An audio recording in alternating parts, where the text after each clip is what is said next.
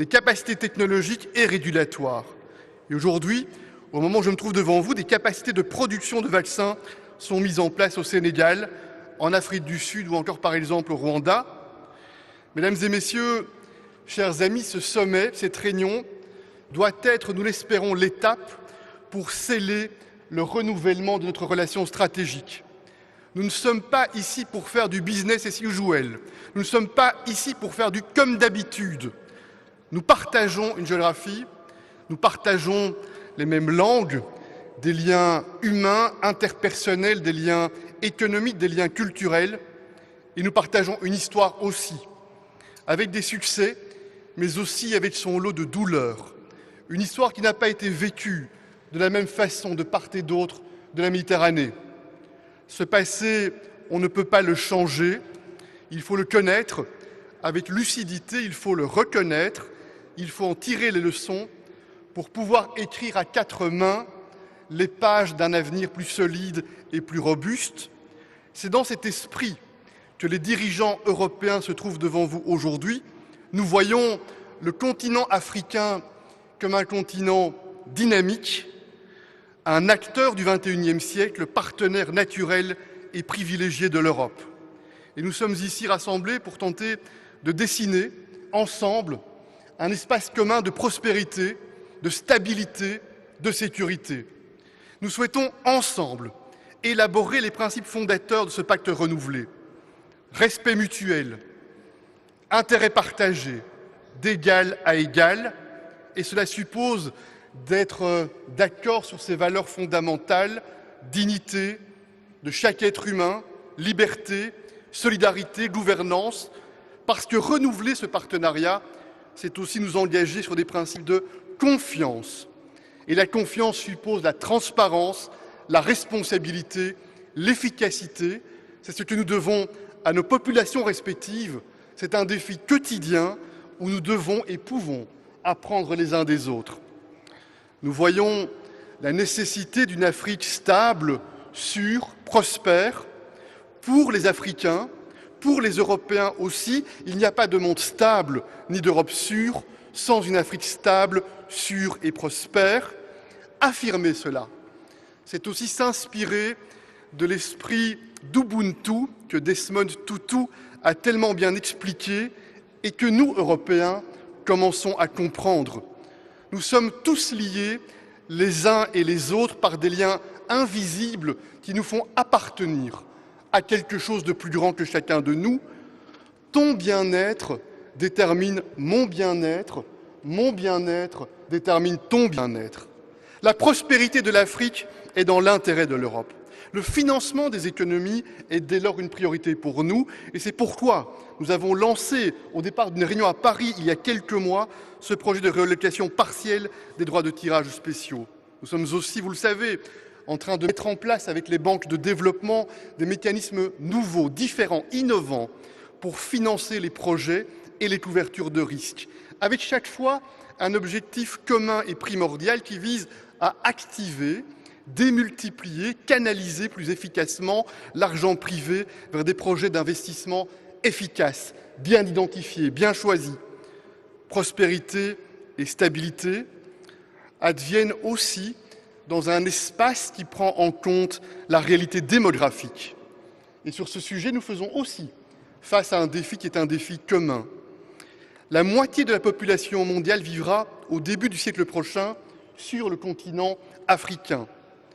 Cela signifie que nous avons, de part et d'autre, un intérêt vital à former la jeunesse, formation professionnelle, formation aux métiers d'avenir, comme nous avons un intérêt commun à gérer convenablement la mobilité des personnes à l'intérieur du continent africain, bien sûr, comme vers l'Europe, en luttant ensemble contre les trafics et l'immigration irrégulière, mais aussi en mettant en place des canaux réguliers et légaux de migration.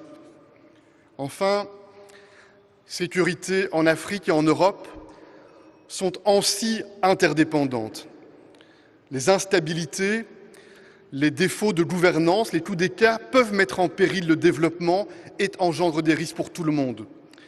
Les questions africaines requièrent des solutions africaines conçues par les Africains, L'Union africaine et les organisations régionales jouent, nous le savons, un rôle primordial pour mettre en œuvre les solutions aux conflits. Et nous, Européens, sommes prêts et sommes même déterminés à travailler avec vous, chaque fois que vous le souhaiterez, en vue d'une architecture de sécurité plus résiliente et plus performante. Mesdames et messieurs, je conclus. Il nous appartient d'imaginer et de construire notre futur, et nous souhaitons être à vos côtés pour coopérer chaque fois que vous en exprimerez le souhait, avec optimisme, avec un état d'esprit nouveau, différent, avec des moyens concrets. Nous ne voulons pas d'effets d'annonce sans effet. Nous souhaitons des discussions pratiques, concrètes, dans la compréhension mutuelle. Et c'est exactement le sens des tables rondes qui auront lieu aujourd'hui et demain, dont les résultats, nous l'espérons, pourront contribuer à structurer notre partenariat pour l'avenir. Nous aimons dire, et j'aime le dire, de nos deux unions qu'elles battent d'un seul cœur. Et nous voudrions davantage qu'elles parlent d'une seule voix, parce que si nous mettons en commun nos forces, nos deux continents peuvent contribuer de manière décisive à rendre le monde plus stable, plus juste, meilleur, plus résilient et plus durable. Et je conclus, si vous le permettez, avec un proverbe togolais qui dit, et je cite, « Là où le cœur se situe, les pieds n'hésitent pas à y aller ». Nous savons tous ici rassemblés où se situe notre cœur. Nous allons maintenant, je l'espère, ensemble tracer le chemin, nous y engager. Je vous souhaite, je nous souhaite un fructueux sommet et je vous remercie.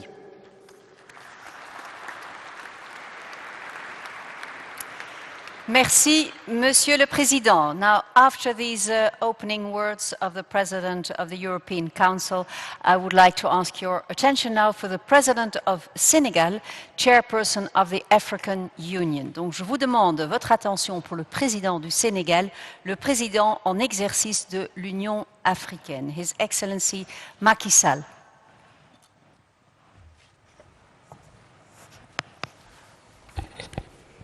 Merci beaucoup.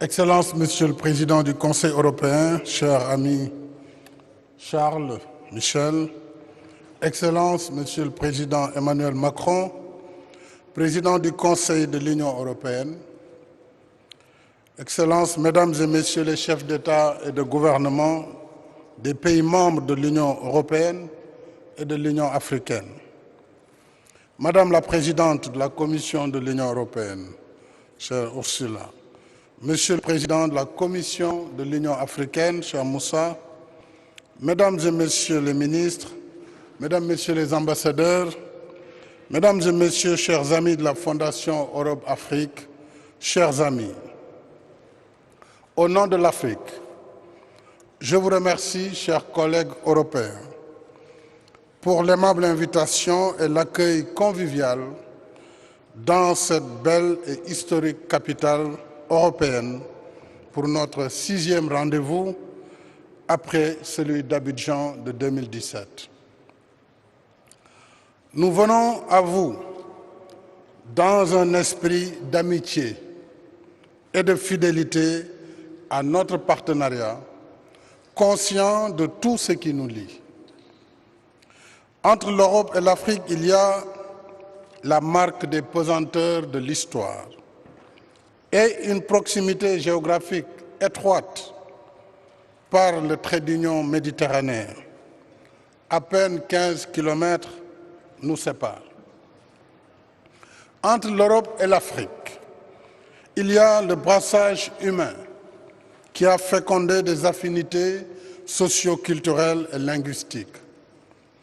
Entre l'Europe et l'Afrique, il y a le coût immense de la guerre, payé ensemble 2 fois en l'espace d'une génération, dans la souffrance, dans le sang et dans les larmes. Entre l'Europe et l'Afrique, il y a enfin une coopération ancienne, intense et diverse. Voilà ce qui nous lie. Voilà ce qui fonde la particularité et la complexité de nos relations, alors que le cours de l'histoire s'accélère sous nos yeux, bousculant les certitudes et les habitudes préétablies. Je pense, entre autres, aux défis de la paix et de la sécurité, aux vulnérabilités qui nous affectent, pas seulement en Afrique. Je pense au réchauffement climatique, aux opportunités du numérique, mais aussi à ses dérives, aux flux migratoires illégaux et aux multiples impacts d'une crise sanitaire inédite. À l'image du monde, plus de 60 ans après ses premières indépendances, l'Afrique aussi est en pleine mutation. L'Afrique a changé, beaucoup changé. Malgré quelques contre-performances, la cause de la démocratie gagne du terrain en Afrique. Sur plus d'une décennie, la croissance y a été régulièrement supérieure à la moyenne mondiale, même si elle est aujourd'hui freinée par les effets sévères de la pandémie Covid-19. Comme partout ailleurs, les peuples africains voient le monde en instantané. Ils aspirent légitimement au mieux-être et à la prospérité. Cette Afrique en pleine mutation veut des partenariats consensuels et mutuellement bénéfiques, des partenariats co-construits sur le fondement de priorités et valeurs partagées, sans injonction civilisationnelle, ni sans exclusion ni exclusivité. Avec l'Europe, l'Afrique souhaite convenir d'un partenariat repensé, rénové et refondé, vous l'avez dit, cher Charles. Plus qu'une mise à jour du logiciel régissant le réseau relationnel euro-africain, nous proposons d'installer ensemble un nouveau logiciel adapté aux mutations en cours et apte à soutenir la dynamique novatrice que nous voulons imprimer à nos relations. Ensemble, nous avons convenu d'engager un dialogue interactif sur 8 thématiques et de parvenir à une déclaration orientée vers l'action. Dans cet esprit, je soumets à notre sommet 8 propositions comme contribution à la définition de notre nouveau partenariat. 1. Travaillons ensemble au renforcement de notre collaboration en matière de paix, de sécurité et de lutte contre le terrorisme à travers la Facilité européenne pour la paix. Sur la base de l'expérience acquise en Afrique de l'Est, en Afrique australe et centrale, la Facilité européenne pour la paix pourrait également soutenir les efforts des pays sahéliens et membres du processus d'Accra ainsi que du G5 Sahel face aux attaques des groupes terroristes. Mais surtout, ensemble, travaillons pour mobiliser le Conseil de sécurité des Nations Unies, dont la vocation est d'assurer la paix et la sécurité dans le monde, de s'investir sur la lutte contre le terrorisme en Afrique. Deuxième proposition, nous souhaitons l'appui de l'Europe pour accélérer le processus de réallocation de droits de tirage spéciaux. Nous saluons l'émission historique de DTS, 650 milliards de dollars, dont l'Afrique a reçu son quota de 33 milliards, pour atténuer en partie le choc de la crise sanitaire. C'était le premier objectif du sommet de Paris de mai 2021 sur le financement des économies africaines. En raison de l'impact profond de la crise sanitaire sur nos économies structurellement faibles, nous appelons à la réallocation de 100 milliards de dollars de DTS des pays riches qui y consentent, donc de l'Europe, entre autres, en faveur des pays africains, selon, bien sûr, des modalités à convenir. C'est ce qui nous rapprochera de l'objectif de 252 milliards de dollars dont l'Afrique a besoin d'ici 2025, selon le Fonds monétaire international, pour contenir le choc contre la Covid et amorcer sa relance économique. Troisièmement, nous plaidons pour l'assouplissement des règles de l'OCDE afin de mieux faciliter l'accès de nos pays au crédit export, à des conditions de maturité plus longues et des taux d'intérêt plus soutenables, à la réduction également des coûts d'assurance. Ceci pour renforcer l'investissement et les échanges commerciaux entre nos deux continents. L'Afrique, je le rappelle, c'est 30 millions de kilomètres carrés, 1,3 milliard d'individus et des besoins de financement de l'ordre de 130 à 170 milliards de dollars par an, selon les estimations de la Banque africaine de développement, rien que pour les infrastructures. Nous sommes disposés à travailler avec nos partenaires européens à la mise en œuvre de l'initiative Global Gateway dans le cadre du programme de développement des infrastructures en Afrique, le PIDA, en cours d'exécution. Mesdames et Messieurs, la transformation structurelle du continent passe par la réalisation d'infrastructures routières, ferroviaires, autoroutières, portuaires et aéroportuaires, mais aussi par la réalisation de centrales électriques, par le gaz to power, pour donner l'électricité à 600 millions d'Africains qui en sont dépourvus. C'est aussi l'agro-business, c'est les plateformes industrielles et numériques. Bref, une Afrique en chantier qui trouve son compte dans le commerce et l'investissement. Cette Afrique-là pourra occuper sa jeunesse et offrir à ses partenaires davantage d'opportunités de co-construction, de croissance et de prospérité partagée. Dans le même esprit, explorons ensemble les possibilités de collaboration autour du projet européen de connectivité à haut débit par satellite en orbite basse. Je soutiens ce projet européen et c'est un projet que vous pourrez partager avec l'Afrique, car le devenir de notre partenariat se joue aussi dans le champ fertile du numérique, où s'exprime le talent de notre jeunesse créative et entreprenante. Quatrième proposition, nous souhaitons œuvrer ensemble avec l'Europe pour la révision des critères d'évaluation du risque d'investissement en Afrique. Pour l'Afrique, la perception du risque reste toujours plus élevée que le risque réel. Ce qui renchérit les primes d'assurance, pénalise l'investissement et réduit la compétitivité de nos économies.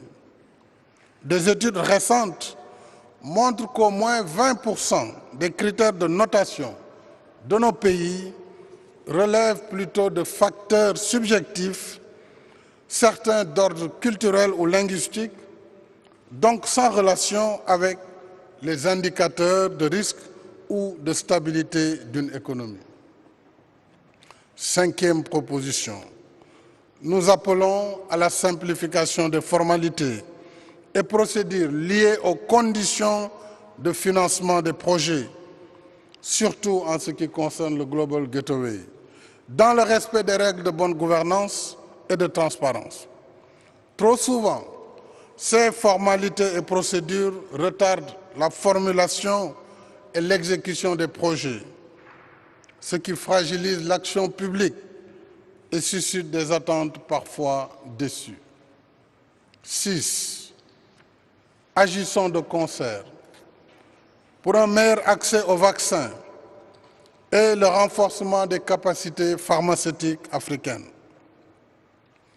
À l'épreuve de la pandémie Covid-19, l'Europe s'est montrée solidaire de l'Afrique par des dons consistants de vaccins dans le cadre de l'initiative COVAX et à titre bilatéral.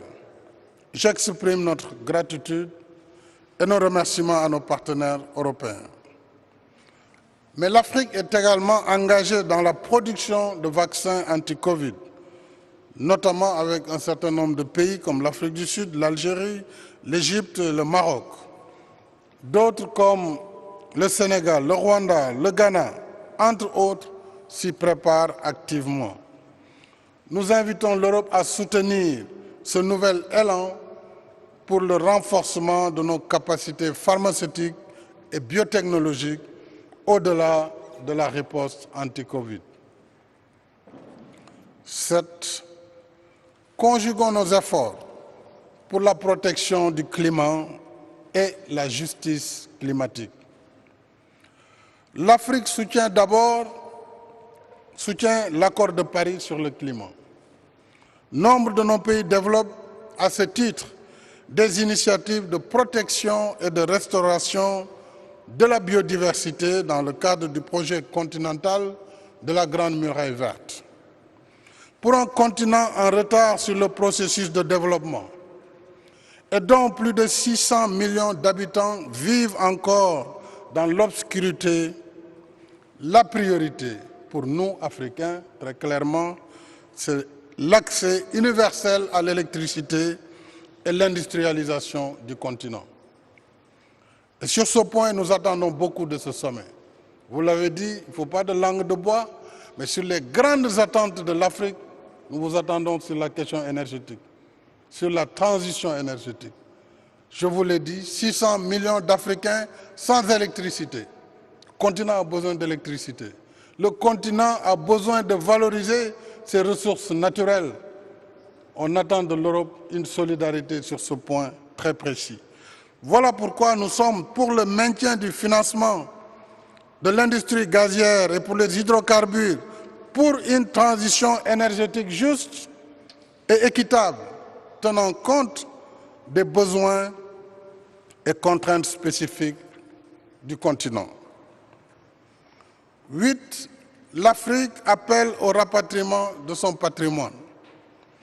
La restitution des œuvres africaines reste une priorité élevée pour nous parce qu'elles font partie de notre identité civilisationnelle.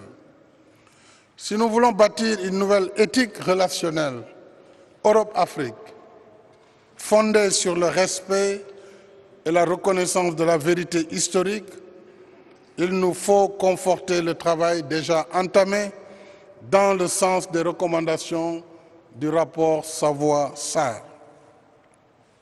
Mes chers collègues, mesdames et messieurs, avec ces propositions, l'Afrique veut adresser à l'Europe un message conciliant et confiant dans le destin solidaire de l'humanité.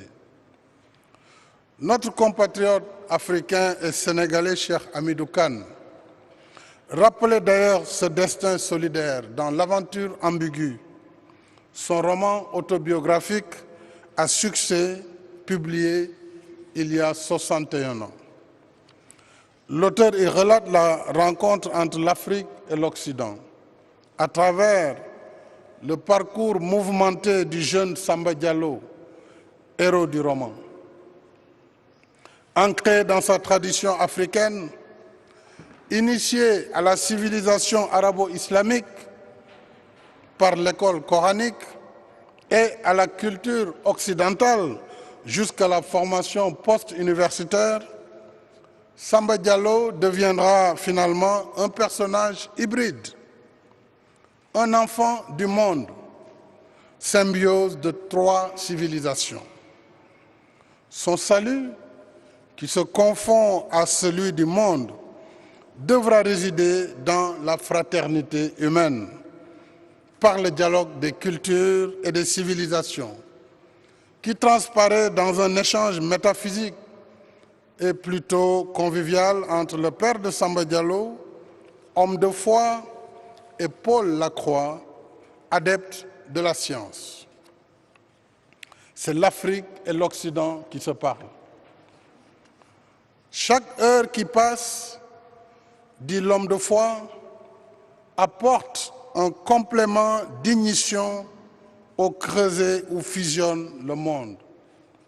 Nous n'avons pas eu le même passé, vous et nous, Mais nous aurons le même avenir, rigoureusement. L'ère des destinées singulières est révolue, car nul ne peut plus vivre de la seule préservation de soi. Fin de citation.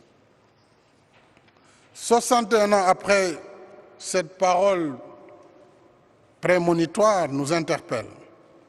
À l'ère des complémentarités et des interdépendances, nous avons tous besoin les uns des autres. C'est dire que l'Afrique ne peut se satisfaire de la promesse de continent du futur, selon l'expression à la mode. L'Afrique qui a suffisamment porté le poids de l'histoire entend enfin se libérer de son fardeau pour être acceptée et respectée comme partie prenante de nouvelles dynamiques qui régissent la gouvernance mondiale et forgent le destin commun de l'humanité. C'est l'esprit qui nous anime en venant à ce sommet à Bruxelles, confiant qu'entre partenaires de longue date, nous pouvons travailler ensemble pour parvenir à nos fins communes. Je vous remercie de votre attention.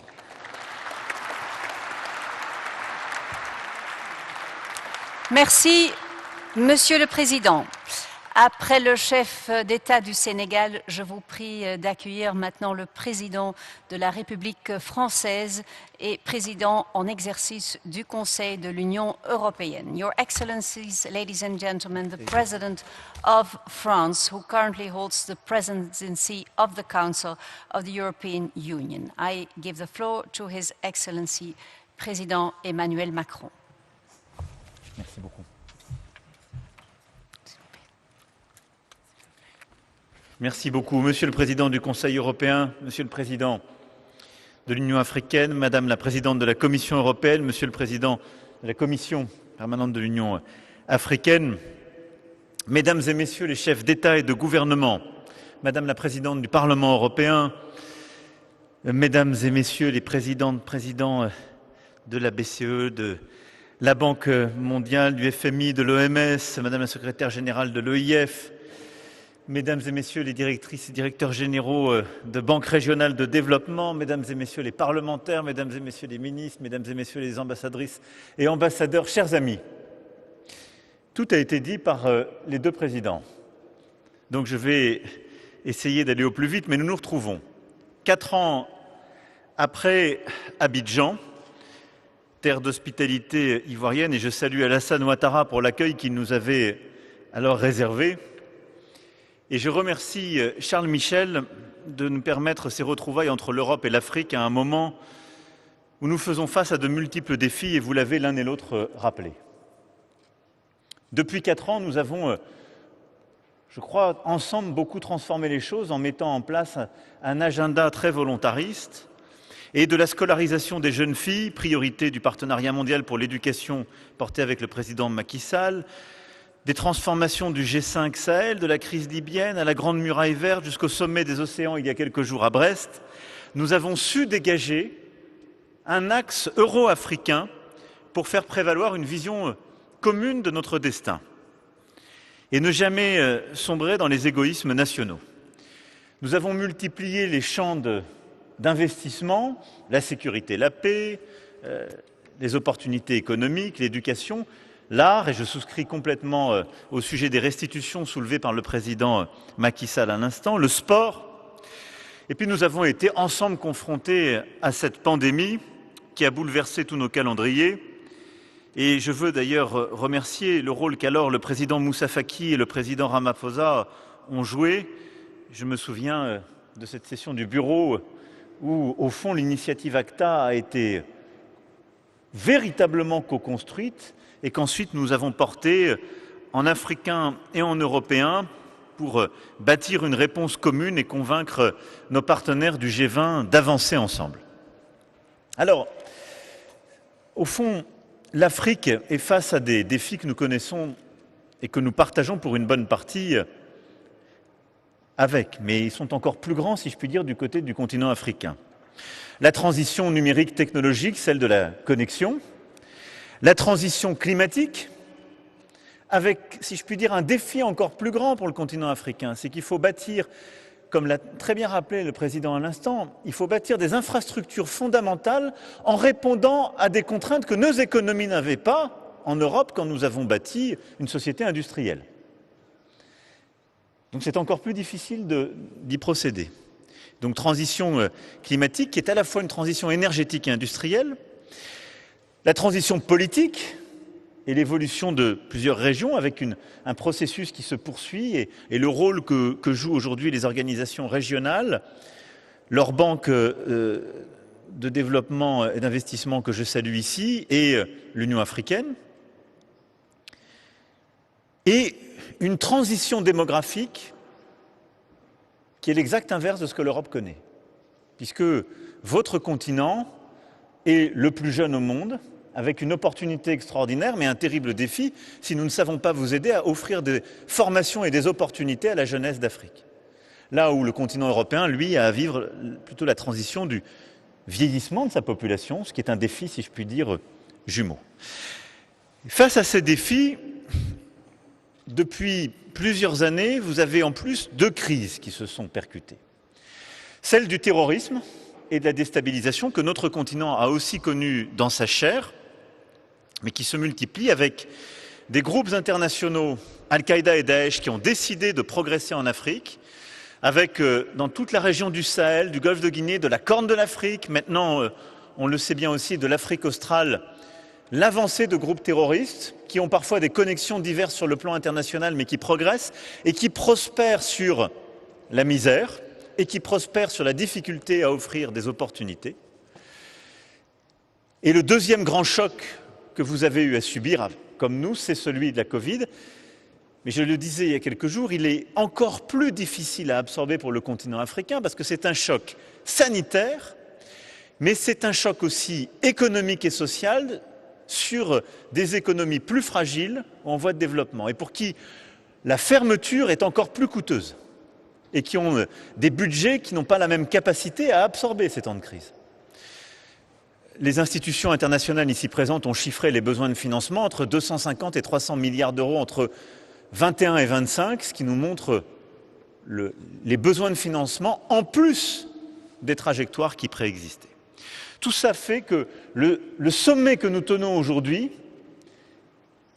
je crois, se tient à un moment absolument exceptionnel, celui qui consiste à savoir si nous, Européens, nous bâtissons une nouvelle alliance, c'est-à-dire une stratégie totalement unique, singulière, pour aider l'Afrique à réussir ou pas. En étant conscient que la réussite ne peut être commune et que s'il y a un échec du continent africain, le premier à en pâtir sera le continent européen. Et donc, nous n'avons pas le choix ensemble que de bâtir cette alliance et cet axe nouveau avec plusieurs éléments. Le premier, c'est de faire ensemble et non pas de faire pour. Et donc, comme on a commencé sur plusieurs projets, c'est de bâtir des solutions communes et dans la méthode de profondément revoir ce sur quoi nous voulons avancer. Ensuite, c'est d'avoir une feuille de route qui soit le reflet de cette ambition avec des projets concrets. Et ce sommet va déboucher sur un texte, une déclaration politique et une liste de projets. Je pense que la présidente de la Commission y reviendra et je remercie la mobilisation de l'ensemble des services. Mais au moins 150 milliards d'euros d'investissement sur 7 ans et des projets très concrets qui vont permettre aussi de réinventer la relation, de construire des projets entre Tallinn et Lomé, entre Athènes et Kigali, entre Bucarest et Abidjan, avec une vraie singularité. Et enfin, sur les 7 tables rondes que nous allons tenir, des réponses concrètes à quelques-uns des défis que le président Macky Sall a évoqués. La première sur le financement de la croissance, où nous devons tenir nos engagements, celui d'être au rendez-vous de l'émission de ces droits de tirage spéciaux, mais d'accepter de réallouer l'équivalent de 20% de nos droits de tirage spéciaux, soit en réallouant ces derniers et en trouvant les mécanismes financiers pour qu'il y ait le soutien et le levier des banques régionales africaines, soit en le trouvant sur le mode budgétaire. Le deuxième, sur le climat, la transition énergétique, le numérique, les transports, en ayant des projets sur les infrastructures durables dont l'Afrique a besoin, ça a été rappelé. Il y a dans nos travaux, je crois, plusieurs projets qui sont en train d'aboutir et nous devons mettre les financements et derrière les délais, la réalité de ces projets pour la jeunesse africaine. et des projets très concrets comme celui de Constellation européenne qui a été présenté par la Commission il y a quelques jours, qui est un vrai projet Nord-Sud et qui, en déployant une constellation qui n'existe pas aujourd'hui pour l'Europe, va permettre d'offrir de la connectivité à tout le continent africain. Ce qui est absolument indispensable, parce que s'il n'y a pas de connectivité, il n'y aura pas la possibilité de déployer sur beaucoup de domaines ce que nous sommes en train de faire pour nous-mêmes et des vraies coopérations. Troisième sera sur la paix, la sécurité et la gouvernance, où là, nous devons parachever ce que nous sommes en train de faire avec le Sahel et le Golfe de Guinée, comme nous l'avons annoncé ce matin, mais nous devons aussi aider à bâtir des solutions nouvelles. Le Rwanda, en lien avec la SADC, a su apporter une réponse inédite, par exemple, pour la situation au Mozambique.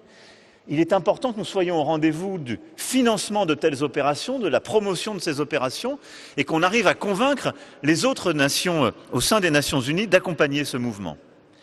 Quatrième session sur le soutien au secteur privé et l'intégration économique, nous devons, comme ça a été dit, et je pense que la proposition du président Macky Sall est essentielle, aider à réduire le risque des économies africaines pour développer plus rapidement les projets, mais aider le secteur privé à investir bien plus massivement sur des projets très concrets.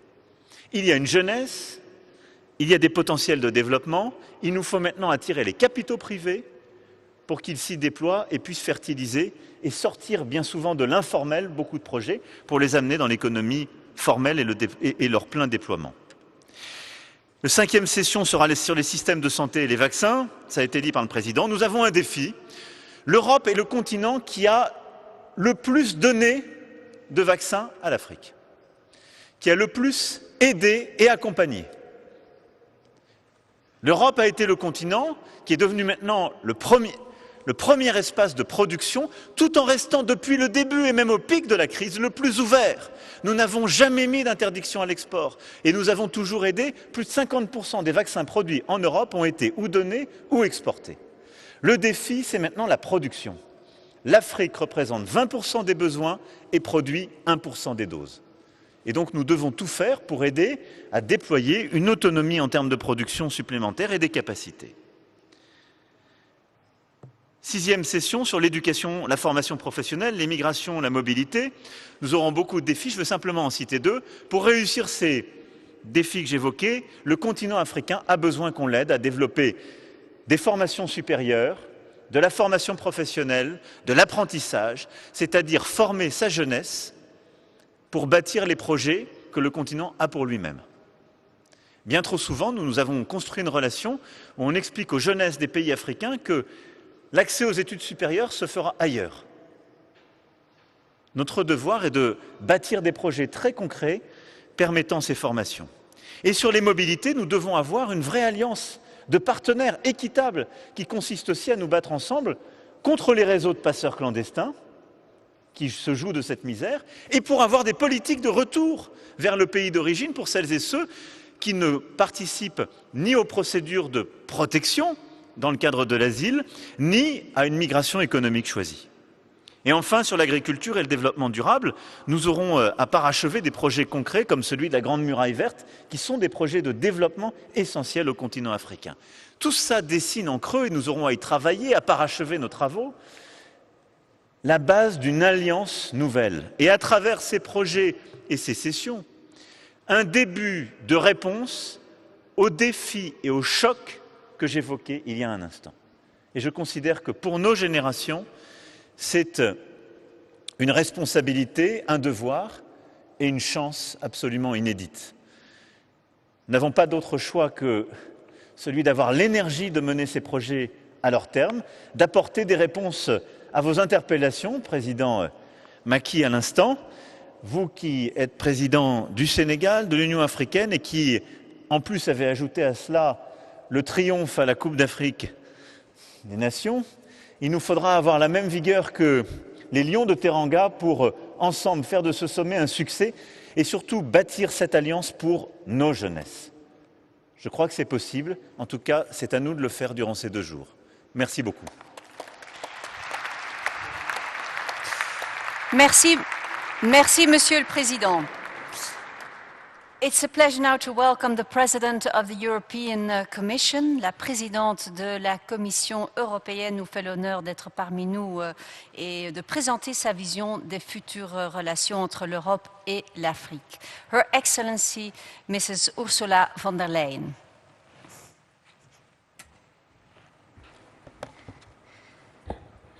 Dear President of the European Council, Charles Michel, dear President of the African Union, Macky Sall, dear President Emmanuel Macron, Mr. Chairman of the African Union, Moussa Faki, fellow leaders, excellencies, ladies and gentlemen. It's very good to be here with you.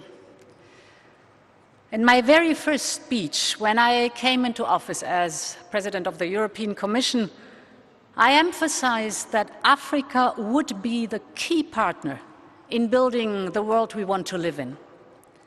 And the very first trip abroad of the new Commission, the College of Commissioners, was to visit the African Union, Moussa Faki, you remember, in Addis Ababa. And since then we had many exchanges, my latest one with you, Macky Sall, in Senegal as President of the African Union. And I summarize, we all share the same vision. We want to create stability, prosperity for our people. And of course, for that, we need economic and social dynamism. And this summit is the perfect opportunity to discuss how we are going to work together, how we are making our joint ambitions a reality. And I want to talk about investment, solid, tangible investment. I want to talk about Global Gateway. Global Gateway is a strategy for investment in infrastructure and in people. The most precious investment you can do is the investment in people. We want investments in quality infrastructure, connecting people and goods and services. We want a values-based approach. We offer transparency and good governance, and the former speakers mentioned all these values we share together, because we want to turn Global Gateway in a trusted brand around the world. Global Gateway will muster Europe's power to unlock unprecedented levels of investment, not only public, but also private capital. We can expect a package of at least 150 billion euros for Africa for the next 7 years. This is the first package under our Global Gateway strategy. And now we need you to tell us what the needs are and what the needs for the best for the people is. With this new package, we want to catalyze investments in 3 categories. The first, of course, is infrastructure. And there the top priority is energy. Energy, the pathway to renewable energy, and of course the transition towards renewable energy. Because we all know firsthand that sustained economic development hinges on reliable access to energy. Africa has solar, wind, and hydropower in abundance. So let's build on that. Let's invest in Global Gateway projects, for example, to build together green hydrogen. And let's discuss the transition, how to get there. Macky Sall, we have been discussing it last week in Senegal. Indeed, the transition from the status quo today to a world where we have these renewable energies is a lot of challenge for us, but we are able to make it together. All the investments for electricity, interconnections, and energy access. People need access to electricity. And the numbers you are telling us, Macky Sall, about 600 million people without access to electricity, are a real challenge. But together we can make the difference. We need to invest in transport corridors like roads and railways and waterways. It is the connection of energy, electricity, and transport that wide opens the door to the African Free Trade Area. Or take the digital transition. This is where the new model of economic productivity lies. In Dakar, I met young entrepreneurs who do not need any smart business ideas anymore because they have them in abundance. That's fascinating to listen to them. But what they need is access to the internet to develop their brilliant ideas. That's all they want, access to the internet. And thus, we want to focus on connecting Europe and Africa via submarine cables and Africa's regions via terrestrial cables, and also satellite communication to indeed, this covers both our continents, to indeed bring high-performance broadband to the remote regions. And this is what young entrepreneurs need. Combined with, of course, access to capital, they have the passion, they have the ideas, they have the will to succeed. They need investment in connectivity and in skills, and investments in micro, small, and medium enterprises. Thus, with Global Gateway, we will heavily invest in technical vocation and educational training. Global Gateway is here to invest in the talent of Africa. And the third point is investments in health. And indeed, much has been said in the short term how we will contribute to focus on the provision and rollout of COVID-19 vaccines. But I want that our investments in health go beyond the immediate urgency and take a strategic perspective that looks beyond the pandemic. It is about the capacity of Africa, indeed, to produce their own vaccines, to develop mRNA manufacturing capacity across Africa. And I think we are making rapid progress because, remember, we started in April last year. Emmanuel, c'était à Paris, au sommet. This is where it all started. And now we expect to build at least 2 state-of-the-art factories in Rwanda and Senegal this year. Last week, I visited the Pasteur Institut de Dakar, which will be one of the new vaccine production sites.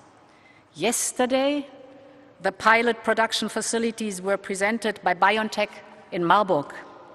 And in parallel, we are supporting the World Health Organization to set up a technology transfer hub for mRNA vaccine production in South Africa.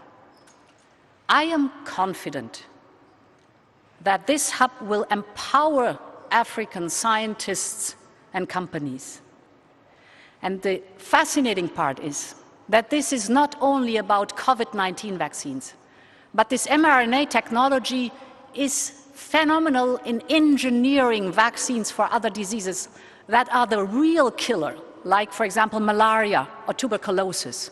So there's a lot of progress in it. My fellow leaders, this is what Global Gateway is all about: to turn our vision into a reality. Together we share our priorities. Now you have to tell us how we get there. Concerning the green transition, what is it what you envisage? Or for the digital decade, what is the infrastructure needed? Precisely, what are the young generations need to make their dreams come true? We all know the very beautiful African proverb that says, if you want to go fast, go alone. If you want to go far, go together. Let's embark on that journey together. Today's summit is our first milestone. I cherish the vision of 2 continents working hand in hand to improve the world we live in. Thank you very much.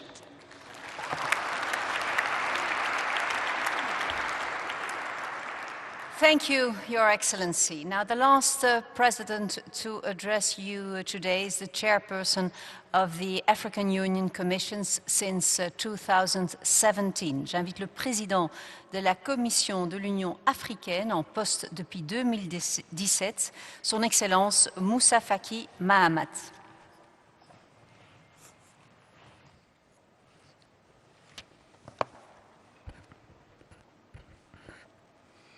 Mesdames, Messieurs les chefs d'État et de gouvernement, Monsieur le Président du Conseil européen, Madame la Présidente de la Commission européenne, Mesdames, Messieurs, nous voici enfin, le temps d'épreuve surmonté, réunis physiquement à Bruxelles pour la tenue tant attendue du 6e sommet Union africaine-Union européenne. Nul doute que la chaleur des retrouvailles va irriguer d'une nouvelle énergie notre belle amitié, sculptée parfois dans la douleur, mais aussi dans le triple creuset de l'histoire, de la géographie et du destin de nos peuples. Aussi voudrais-je me féliciter de la présence nombreuse des dirigeants de nos deux continents et saluer l'organisation parfaite des présentes assises. Merci Ursula pour le travail excellent de vos équipes. Excellences, Mesdames et Messieurs, la survenance de la Covid-19, plus de 2 années déjà, a profondément bouleversé les certitudes et failli instaurer des doutes graves sur le sort de notre humanité. Ces valeurs de solidarité, de générosité, voire sur l'existence pérenne de la civilisation universelle d'aujourd'hui. Rassurée par les hypothèses de croissance optimistes, l'Afrique poursuivait alors, à la faveur d'efforts endogènes combinés à des facteurs exogènes favorables, l'élan de sa dynamique ascendante dans le cadre de la mise en œuvre ordonnée et progressive des programmes d'intégration régionale profondément inspirés de l'agenda 2063. Brusquement, les signaux du desserrement des contraintes qui fondaient une relative foi en l'avenir se sont éteints. Sont alors remontées en surface les fragilités structurelles. Bien sûr, la Covid-19 a noirci les tableaux, amplifié les peurs et perturbé les circuits et réseaux des échanges internationaux dont le continent demeure hélas largement tributaire. En dépit de l'épouvante généralisée, l'Afrique a révélé une exceptionnelle résilience. Elle a démontré que derrière les évidences des fragilités, des dénuements, des précarités, des pénuries, l'âme et les tissus structurant l'univers culturel, psychologique et mental de l'homme africain lui procuraient une force de résilience à nul autre pareil. Les compétitions et rivalités internationales, les déficiences patentes d'une gouvernance rationnelle, juste et inclusive, ont ouvert malheureusement la voie à toutes sortes de déviances politiques et intellectuelles. Les changements anticonstitutionnels du gouvernement, dont une telle situation fait le lit, défient avec une inacceptable arrogance l'ensemble des dispositifs constitutifs de l'architecture africaine, des normes en matière de démocratie et de gouvernance. Au plan économique, l'épargne interne a engendré une baisse de 18%, tandis que les envois des fonds de l'étranger ont replié de 25%, et les investissements directs étrangers ont reculé de 40%, le tout sur fond d'une importante baisse des recettes fiscales. La raréfaction des financements, en dépit de leur immense disponibilité potentielle, renforce l'obsédante question de la reprise économique. Le fait que notre partenariat n'a pas été capable jusqu'ici de réussir en plénitude cette mobilisation possible en faveur d'un vrai plan de reconstruction et de modernisation est franchement désolant. Qu'y a-t-il de plus urgent que de relever cet immense défi à l'intelligence, à l'inventivité, à nos talents d'innovation et bien entendu à nos intérêts communs? J'essaie au demeurant que le nœud ici n'est pas la disponibilité des financements, mais encore et toujours le rassemblement des volontés politiques garantissant les meilleures affectations et surtout les systèmes d'une gouvernance mondiale juste et solidaire. Il est certes heureux de constater le large consensus sur les priorités dans les domaines structurant nos espérances communes que sont la recherche innovante des financements, la connectivité et digitalisation, les infrastructures, le changement climatique, la transition énergétique, la production de vaccins, l'agriculture et le développement durable, l'éducation, la formation professionnelle, la migration et la mobilité, l'intégration économique, la paix, la sécurité et la bonne gouvernance. Il nous faut maintenant aller bien au-delà de la seule et simple formulation théorique, incantatoire, souvent de ces pertinentes priorités. Bien que cette convergence euro-africaine déclaratoire constitue assurément un indicateur de cohérence dans une commune vision stratégique, elle pêche cependant. Pourquoi se le cacher? Par un vrai décalage entre ces formulations discursives et ces retombées factuelles, pratiques, transformatrices du réel. Si nos échanges préparatoires de ce sommet ont été plus diversifiés, mieux articulés et conduits, merci Charles pour ce travail, il ne saurait occulter au-delà de nos convergences et de la solidité de notre consensus sur les priorités, des nuances d'écart de sensibilité. L'Afrique développe une diversité de partenariats qui n'a pas la même histoire, ni peut-être la même ampleur que celle de notre partenariat avec l'Europe. Ces nouveaux partenariats ne sont pas moins pertinents et avantageux pour l'Afrique. Et de ce point de vue, sont dignes de respect et de prise en compte. La hiérarchie des priorités est un autre volet où les nuances s'expriment. À quelle place? Dans la pyramide située par exemple la transformation structurelle des économies africaines par rapport à celle-là même des valeurs, des modèles et systèmes politiques. Quelle place accorder à la formation de jeunes Africains et à leur mobilité pour la connaissance? Comment occulter les nuances qui existent sur les problématiques de la transition écologique et des énergies fossiles?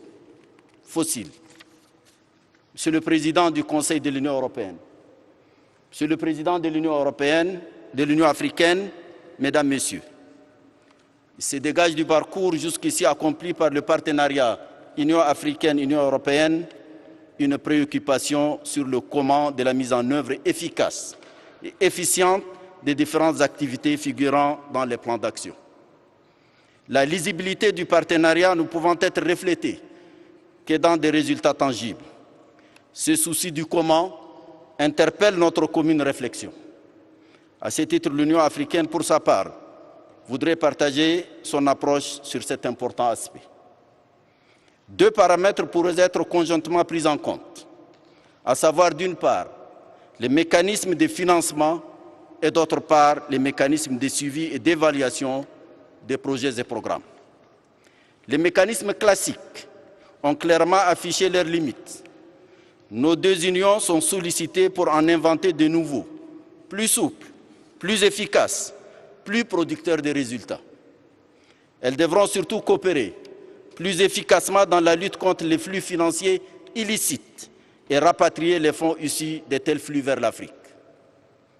La bonne pratique d'évaluation périodique et régulière mérite d'être rapidement prise en compte, car elle offre le bénéfice de faciliter les ajustements conjoncturels requis et d'envisager l'avenir avec plus d'assurance et de maîtrise. De grands espoirs sont soulevés aujourd'hui par notre sommet. Les attentes qu'il suscite au sein des gouvernements, des élites et des peuples de deux continents sont réelles.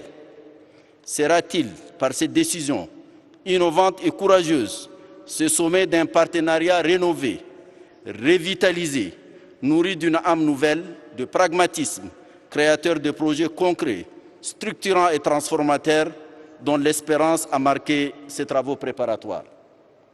Saura-t-il refonder les relations Afrique-Europe, dont les solides socles invitent instamment à une adaptation à l'évolution mondiale, vertigineuse, où les exigences de rationalité, de technicité, de transparence, de redevabilité, d'égalité sont les vrais paramètres de performance et de modernité de la gouvernance?